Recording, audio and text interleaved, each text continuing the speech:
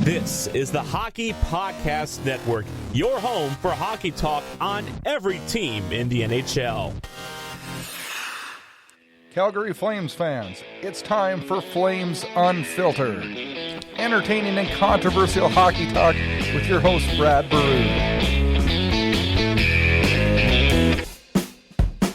No goals, no offense, no emotion, no fun, equals no playoffs.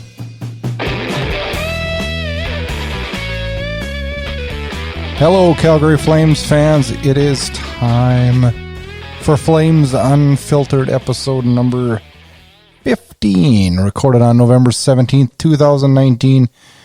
As yep, we are not in a good mood. And I know I sound a little premature saying no playoffs. But, hear me out. With the way this team's playing, they look a long ways from a playoff team. They're not just losing games. They're not even scoring. It's time to worry in Calgary. Earlier this week, on Thursday, we got a little wake-up call with the scary incident for TJ Brodie, and it made us think a little bit about life, priorities, how it all fits into the hockey world. I know it kind of put it in perspective, just kind of that, not so much with me, but just so many Flames fans have been so tough on Brodie. I'm not saying they shouldn't be tough on him just now because he's had this scary fainting or seizure episode on the ice in practice, and we'll talk more about it later. But, it kind of puts it in perspective. Then on Saturday, we watched Calgary in Arizona. Not a bad effort. But then there was the freak-out point. Kachuk gets hauled down by Darcy Kemper. Then Sunday's debacle. We need a player to freak out. You guys notice it in the post-game interviews. Now, the coach seems happier now than he was earlier this year when he freaked out. Now he's not freaking out, and I think he's taking the right stance here. He's trying to be positive and let the players play through it. But is it time for a player to freak out? I started thinking about that. I'm like, I don't even know what player could freak out right now. Who's playing well enough to be able to do that? Maybe the goalies. Maybe Riddick and Talbot need to throw down in the locker room and be like, damn it, guys. We need to get this together and you need to start playing for me. You know what, one thing I've really noticed in this season? The Flames are trying to make too many miracle plays. Which are resulting in turnovers. It's just turnover after turnover after turnover. You need to get back to the basics. But a glaring thing. No one's having fun. Now, I'm not saying that you should just forget everything that's happened and just be smiling and having a good time. But it's been a while since we've seen players in this team have fun. And oftentimes, having fun leads to success. And the Flames sure are not having much success right now. Every team, everywhere. The Hockey Podcast Network. Big news from the Hockey Podcast Network. It is about to start. Former NHL player Terry Ryan has joined the crew. You've seen him on Spit and Chicklets. He is top-notch entertainment from an ex-NHL player. Tons of stories of his time in the National Hockey League. And it is always a good laugh. He'll have a show coming up real soon called Tales with TR, a hockey podcast. Check that out on the Hockey Podcast Network.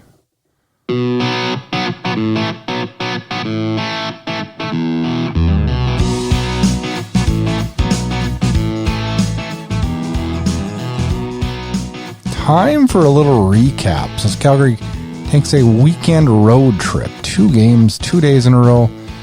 In Arizona, Saturday afternoon, in Vegas for an early Sunday evening bout with the Vegas Golden Knights. Let's start on Saturday's game. 0-0 after one. I thought it was a fairly even first period in Arizona. Not too much to talk about in that one. After two, it was 2-0. And the first goal was a David Riddick turnover. It frustrates me to no end when I see this. Goalies are going to make mistakes. And I've been David Riddick's biggest fan this year. I think he's been one of the lone bright spots on this team. But he's out there trying to Mike Smith it, playing the puck, and I have no idea where this one was going to. But he throws it right up the middle, right onto the stick of a Coyotes player, and he scores. Frustrating. Now it's 1-0, and the Flames once again are playing from behind. I cannot even remember. I should look it up. I don't even remember the last time the Flames played with a lead. I don't even remember. No idea. Then in the second period, Gaudreau gets roughed up a little bit behind the net, comes out, cross-checks a guy, and then all heck breaks loose, and Darcy Kempers jumps in, and he grabs Tkachuk, and David Riddick comes flying to the other end. You know, in that fight, do you think maybe there should have been a freak-out guy? You know, Tkachuk's always stirring the pot and stuff, and I'm a huge Matthew Tkachuk fan, but at what point does he just have to throw down and start punching? And I know he did get a couple shots in on Kemper, and I know he was trying, but shouldn't a lot more of the players on that team been a little bit more upset than they were in that situation? Jeez, I felt like there wasn't a lot of pushback. Flames came out in the third, down 2-0, pretty much controlled the period. To no avail, no goals result in that. As much as they had some chances, Darcy Kemper played amazing. And you know what? I hate those old Phoenix Coyotes jerseys, but I just love playing the retro jerseys. Even if I hate the jersey, I love it just because it brings me back maybe. I don't know what it is, but it sure looks good. 3-0 empty netter at the end. Calgary drops it. No goals. So they roll on down the road to Las Vegas, and it has not been a welcome place as the Calgary drops their sixth straight game in Sin City. This one was ugly. I was at the last game when Calgary was in Vegas, and it was pretty damn ugly that night too. Talbot gets the start, and I thought, quite honestly, for the first 40 minutes, he was by far the best player. He kept this team in it. This team was dead in the water without Cam Talbot. He was very, very, very good. And I thought the team was fairly good until the midpoint. But, of course, Vegas scores. It's 1-0 after one. And guess what? The Flames are playing from behind. The first goal was a result of a good rush. First line had a couple scoring chances. It turns around back onto a 2-on-1 goal. Second period, fairly even for most of it. Paul Stastny scores. Big shocker, Flames fans. He's played 56 games against Calgary. He has 64 points. Yep, we have no way to stop Paul Stastny. Doesn't happen. 2-0 after two, and then everything went haywire. In the third period, one moment I do want to talk about, Reeves takes a headshot. I thought it was a headshot on Kylington. No call. He left the game for concussion protocol, but did return. But just a period marred with turnovers. Turnovers, one after another. When all's said and done, Calgary gets on the airplane to fly out here in a few minutes with a 6-0 loss. And I know we said low points. We got a low point. It's the low point of the season. I don't know. I don't know how you get lower than this right now. You can score. The whole road trip. Didn't even score. I don't know. This is one where, it's a head scratcher, and I don't know. Calgary's got to find their game, and one of the things, everybody just keeps saying, well, it's early in the season. Well, guys, we're to the almost American Thanksgiving. This is not, we're 23 games in. This is not early season. This is season now. And these Calgary Flames are not a good hockey team right now. Inside Edge Hockey News. Bringing you inside the game. Let's talk a little bit about Thursday morning's episode where TJ Brodie collapsed on the ice. And I don't have a whole lot to say on this topic. Other than it's scary. It's scary. So my Twitter started going and people were messaging me that Brodie was down and that the ambulance was called and they were unsure what was wrong. They thought it was a seizure. He was responsive, taken to the hospital. Just so much goes through your mind and you forget so much about hockey. You just forget so much about it and you worry about the health of your friend. TJ Brodie's been in Calgary, I believe, 10 years. Nah, maybe not 10. Pretty close to that, though. He's got a lot of friends. Those teammates are close to him. TJ Brodie's a big part of this team. And it's scary anytime something like this happens. Thank goodness, after being taken to the hospital and a myriad of tests put on him and more tests to come, he was released to relax and rest at home. He reported being very sore the next day. Press conference, Tree Living, and the doctor talked. Doctors described it as a fainting episode. Lack of oxygen to the brain caused the convulsions. I don't know. It was scary. TJ Brodie's a 29-year-old, healthy, professional athlete. Family, young child. It really puts things in perspective. Scary. Scary having a member of the team you care about and watch down on the ice like that and no one knowing what's wrong and what can happen. A big thanks goes out to all the Flames staff and medical and everybody involved in that because it was handled top notch. And TJ Brodie looks to be on the mend, recovering healthy. It looks like a minor episode. Sounded like, based on what the doctors were saying, that he'd have more tests on Monday, and hopefully they can get to the bottom of this. And I personally wish TJ Brodie and his family a healthy recovery. We'll miss him, but we want him to take his time coming back because this is scary. It's anytime something like this happens, you hope and pray that this isn't something that he has to deal with the rest of his life. Moving on to some more, I don't know if you want to say positive news, but it's time to grade the forwards at the quarter mark of the season. We're going to grade the defense and goaltenders on the next episode. We're talking forwards tonight. And I'm going to give them grades like we're back in grade school. And I don't know. I'm probably going to be pretty damn hard on these guys. Where should we start? Should we start at the fourth line? Let's do that. Start at the fourth line. Let's talk about some injured. Let's go through the injured list first. Zarnik, I'm not going to say a whole lot. He didn't get a whole lot of ice time. I liked what we saw from him this year. I thought he was trending C+. Sam Bennett, who's on the injured list right now, having a tough year. I'd give Sam Bennett a C-. I think he brings I think we have all these expectations just so where he was drafted, that he's going to put up all these goals for us. And that's just not the case anymore. We need to live with the fact of who Sam Bennett is. And Sam Bennett, let's face it, guys, was one of our best players in the playoffs last year. Not saying that was too dang hard, but he was. And I like his physical approach. I like Sam Bennett, but I still have to give him a C- this year. He needs to put in some points. He needs to be a little bit more productive and needs to step up just a little bit. Let's roll on through the lower bottom six guys. And Tobias Reeder, I'm going to go a D. What I saw in camp kind of gave me hopes.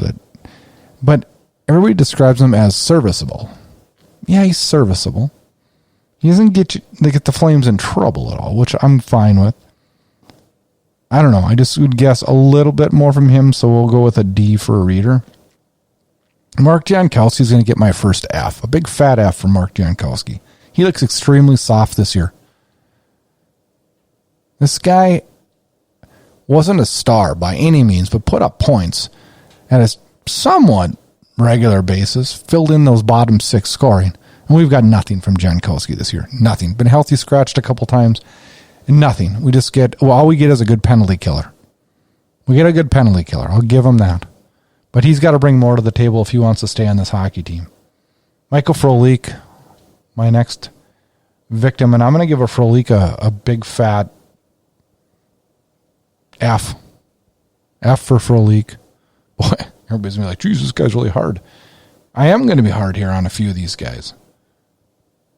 Frolik, again, not giving the team anything. I mean, heck, this guy, we want to move him, and we can't even trade him because nobody wants him. Like, this guy was a decent player in the National Hockey League, winner of a Stanley Cup. He's not that old. Like, he was a decent player for this team last year.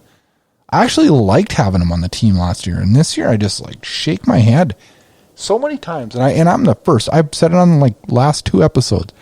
Put the 3M line back together and let him have some consistency. It doesn't happen. Bill Peters does it for a game, changes it back. Does it for a game, changes it back. I don't think we're going to see improvement on a Frolik unless he's on the 3M line for a consistent basis. Dylan Dube, call up today. I'm not even going to be grading him. I thought he had a decent night tonight. Derek Ryan, I will go C for Derek Ryan. He's given me what I expect, but he's not excelling and pushing the limit and improving and bringing an added aspect that God knows the Flames need right now really bad. Milan Lucic. D-. The only reason I'm not giving him an F is because he's trying really hard. But let's face facts that he's just not... God, this is brutal to say, but he's just not an NHL player anymore. He's slow. He brings the fear factor, but what good is that doing for us? It's doing nothing. We keep slamming him out there on the second power play. He has done absolutely nothing. Still no goals. And I am not expecting... If I got 10 goals out of him this season, I'd be happy. Boom, success. But he's just flat out slow. He just labors out there. He can't keep up to the game right now.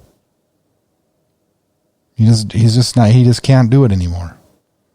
Andrew Mangiapane, and I know a lot of people are really high on this guy, and I am too to a point, but I think he's overrated right now.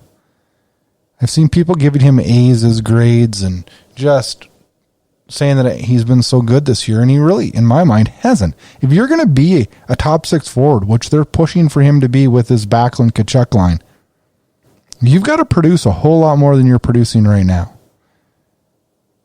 And just because the rest of the team is not producing right now doesn't give you a pass for not producing. I'm not happy with his play. I think he needs to produce more.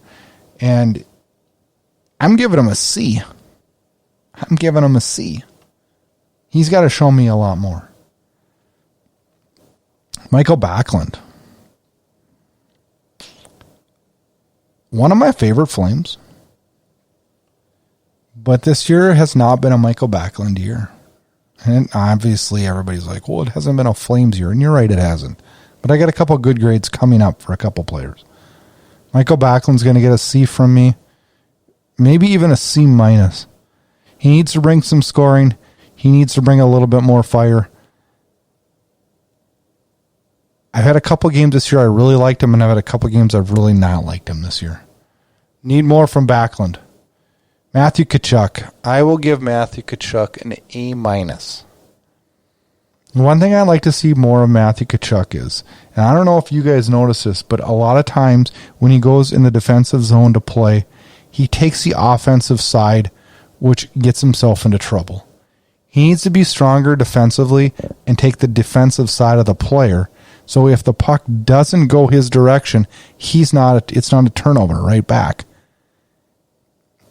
Now he's creating all kinds of these scrums and everything, and I love it. I love that about him. But sometimes, when you get into those scrums and we're losing and things are not good, you need to completely lose your mind.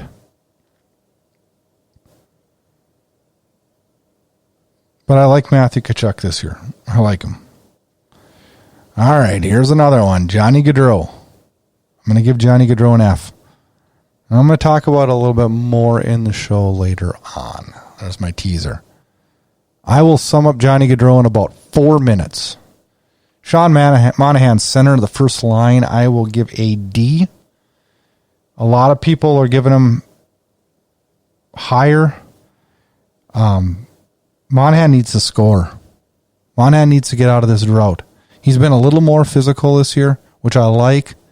He's winning faceoffs at a breakneck speed. I should almost move into the C category for that, because he has been very good in the faceoff dot.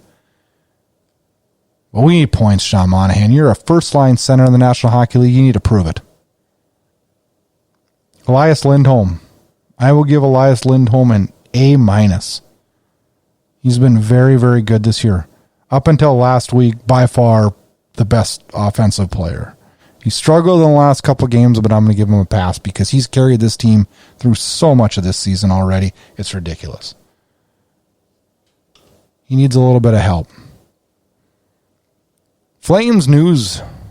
Oliver Kylington called up from Stockton earlier in the week when TJ Brodie went down with his medical condition. TJ Brodie is out. We have no timetable, and we'll find out probably early this week on a timetable for TJ Brodie. Dylan Dube recalled on Sunday from Stockton. Alan Quinne sent down, trying to shake things up, get some scoring going. Sam Bennett out of the lineup. Did not play Sunday night. Injured upper body is day-to-day, something he's been nursing for some time now, according to Bill Peters. Travis Hamonic left Sunday's game in Vegas with a lower body injury. Really no news on that yet. We will find more out tomorrow. Well, hopefully tomorrow, with the Flames taking a CBA-mandated day off tomorrow, pre-planned day off. There will be no practice. There will be no media. There will be no nothing, so it'll be difficult to find out news on Hamonic. We'll find out more on Tuesday and report that on Wednesday night's show that drops Thursday morning. Every team, everywhere. The Hockey Podcast Network. The Hockey Podcast Network and Flames Unfiltered are very excited to announce a partnership with Gong Show Hockey Apparel. Check out Twitter, the Hockey Podcast Network, for contests, as they gave away a great hat last week. More things to come. Check that out on Twitter at Hockey Pod Network. Time for Harvey's Doghouse. And I know you've been waiting for this, because I preface this a little bit in the grades. Johnny Gaudreau, you are officially in my doghouse. I am so tired of the turnovers, I can't even stand it anymore. And you know what I'm even more tired of than the turnovers? Is the attitude. I know things aren't going good for you, and I know that the puck's not going in the net, and I know that you're not getting the calls, and I know just things are not good in Johnny Gaudreau world. But complaining and whining about it and not working through it with a positive attitude sure isn't going to help matters. You were complaining all the Arizona game about not getting the calls. Well, Johnny, you made this bed. You've been bitching at the referees for 5 straight years now. Do you think that they're going to give you a call now? Why should they give you a call? You've been showing them up for 5 years. It's time to take that attitude like Sidney Crosby did 15 years ago or 12 years ago. Leave it in the locker room. Start playing hockey. Start smiling. And you know what? We might see some goals from Johnny Gaudreau. He's a -5 Sunday night in Vegas. That is a disgrace. 2 glaring turnovers. One of them resulting in an odd man rush that resulted in a goal. This can't happen. If you're a superstar in this league, this cannot happen. It is time to put up and shut up. You know, I heard a perfect line this week, and I can't remember what show it was on. I think it was I don't even remember. It was a WHL radio show. I can't remember exactly. But the guy said Johnny Gaudreau is struggling right now because Johnny Gaudreau played university hockey and never had to deal with the difficult players on his back and tough times down low in the corners. And I thought about it because I'm a fan of university hockey in the States, and I like what that does. I love the people that I've seen come out of university hockey. Jonathan Tays, the programs. There's a lot of good hockey. And I usually defend that, but in this case, I'm like, you know what? You're right. You know what? You're right. He can't fight through adversity. And when he was in college, he didn't have to fight through adversity. Everything was handed to him. And now he's up here, and his first year, he was great because in the playoffs because he fought through things and because he had to earn a spot. Once he got a spot on this team, take a look at his playoff numbers. They stink. They stink. Since Calgary went on their CBA break last year, Johnny Gaudreau never came back from his vacation. And his -5 Sunday pushed it over the edge. This week's Harvey's Doghouse, Johnny Gaudreau. Prove me wrong, Johnny. Get out of this. We need some wins. Fan question of the week. And this one is interesting. Should the Flames fire Coach Bill Peters? No. They shouldn't fire the coach. This team has had 3 coaches in 6 years. This is not on the coach. This is on the players. Figure it out. If you're truly talented superstars, figure it out. Now, there's a lot of things that Bill Peters has done lately that I don't agree with. Lucic on the second power play. Lucic on the push shifts after a penalty kill. There's a lot of things I'm not getting right now. There's a lot of things. But right now, firing this coach is not the solution. This hockey team needs to figure it out. I don't know what they need. You know, Bill Peters freaked out on him a couple weeks ago, and now he's taking a high road and going at things a little bit positive, which I guess is fine. I think it's time for a closed-door meeting with the players, and Captain Gio needs to stand up, take some accountability, take charge of this, and figure this out. But we can't continue to keep playing hockey like this. Game previews. One game to preview before our next episode. This one drops Monday morning, which is tomorrow morning. And our next episode, episode 16, which will break down the defense and goalies and give them their grades, will be recorded Wednesday night, drop Thursday morning for you on the Hockey Podcast Network. And also check out FlamesUnfiltered.com for all kinds of Flames news, the podcast, just everything Calgary Flames on that website. That's FlamesUnfiltered.com. One game to preview, Tuesday night, November 19th, Colorado Avalanche. The team that embarrassed us in the playoffs last year comes to town for the second meeting of the year. Calgary dropped a convincing game in the Mile High in game 1 of the season. And Tuesday night's game is really a scary game for the Flames. Really a scary one.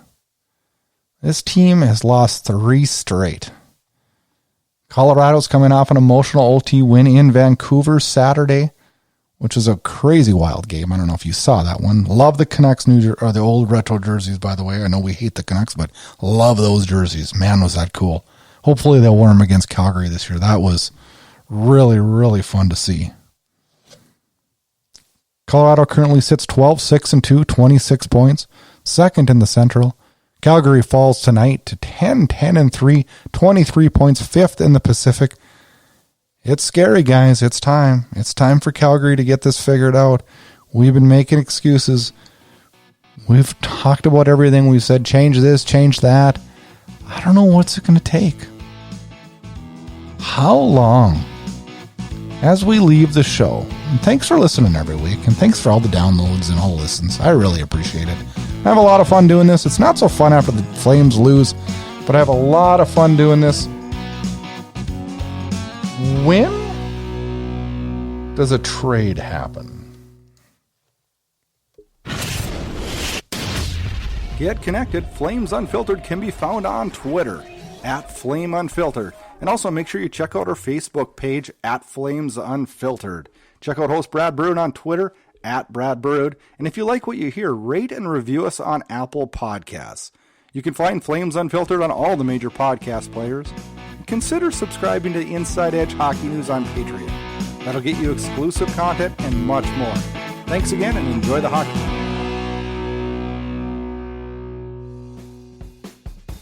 Thanks for tuning in to Flames Unfiltered. Check back for more action-packed Calgary Flames talk.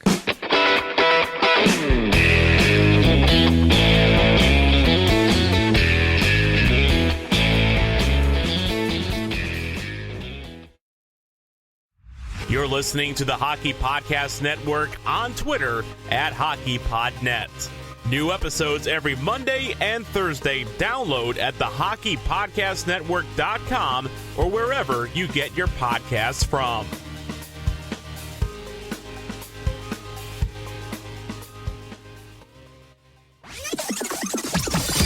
This has been a production of Inside Edge Hockey News Radio, brought to you by the Hockey Podcast Network. This production is copyrighted and distributed by the Inside Edge Hockey Media Group.